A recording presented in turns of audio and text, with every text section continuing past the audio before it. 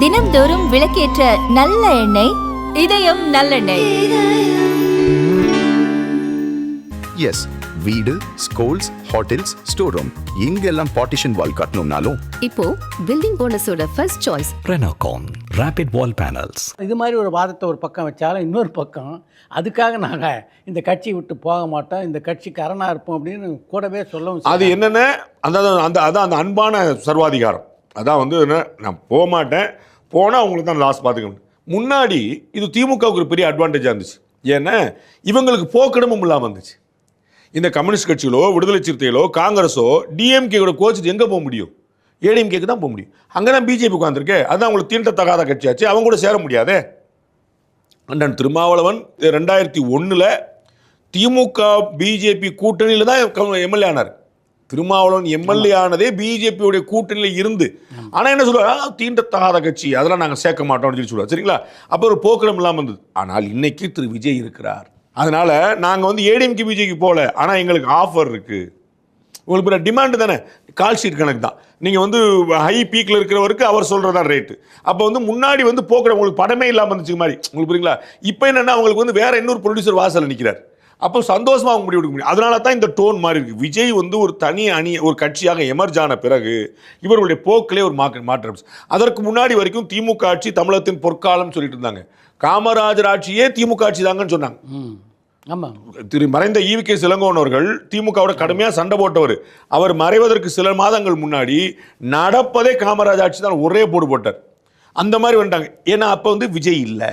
இப்போ விஜய் எப்போ ஒரு ஆளாக எமர்ஜ் ஆகிட்டாரோ டக்குன்னு இவங்களுக்கெல்லாம் வந்து ஓகே, அப்போ நமக்கு டிமாண்ட் இருக்குது, நம்ம ஏடிஎம்கே கூட போகணுங்கிற மேண்டேட் இல்லை, நம்ம விஜய் கூட போனால் ஒரு வலுவான ஒரு அணி அமைக்க முடியும் அப்படிங்கிற. அதனால திமுக அவர்களை வந்து ஒரு அப்பர் ஹேண்ட் எடுத்து ட்ரை பண்ணுறாங்க. திருமாவளவன் அவர்கள் வந்து ஒரு பியூட்டிஃபுல்லான டாக்டிக்ஸ் பண்ணுறார். அவர் வந்து அரசியலில் வந்து மூப்பனார்ட்ட பாடம் கற்றவர். கலைஞர் அம்மா 2 பேர்ட்டையுமே வந்து ஒரு அரசியல் பயின்றவர், 2 பேர்ட்டையுமே கூட்டணி வச்சவர். அதனால வந்து அவருக்கு வந்து நிறைய தெளிஞ்சிருச்சு. அப்புறம் அவருக்கு என்ன வேணும், அவருடைய கட்சிக்கு என்ன வேணும், இலக்கு என்ன, எவ்வளோ வருஷம் நம்ம அரசியல் பண்ண முடியும், இது எல்லாத்த பற்றின தெளிவான பார்வை திருமாவளவன்ட்ட இருக்குது. அதனால அவர் அதை நோக்கி ரொம்ப கவனம். அப்போ என்ன, முதல்ல என்னென்ன, நம்ம கட்சி வளரணும். இன்னைக்கு அவங்க வந்து கிட்டத்தட்ட ஒரு 7-8% ஓட்டு இருக்கு அவங்களுக்கு, அவங்க கூட்டணியோட சேர்ந்து. அதில் வந்து 2 எம்பி இருக்கிறாங்க, 4 எம்எல்ஏ இருக்கிறாங்க. அப்போ அடுத்த முறை அவர் வந்து 4 எம்பி 10 எம்எல்ஏ இருக்கணும்னு ட்ரை பண்ணுவார்.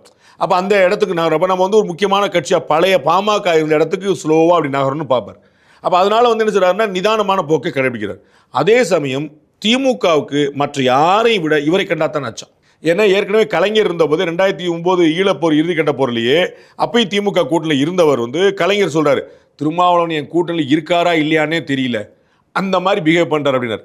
அதை வந்து ரொம்ப இவர் வந்து மது ஒழிப்புன்னு ஆரம்பிப்பார். திமுக டக்குன்னு என்ன சார் ப்ராப்ளம் அடிப்பாங்க, ஒன்றும் ப்ராப்ளம் இல்லை, உங்களுக்கு புரிஞ்சிருச்சுல, ரைட். அப்போ சென்ட்ரல் ஒன்றிய அரசை எதிர்த்து அப்படின்னு மாற்றிடுவார்.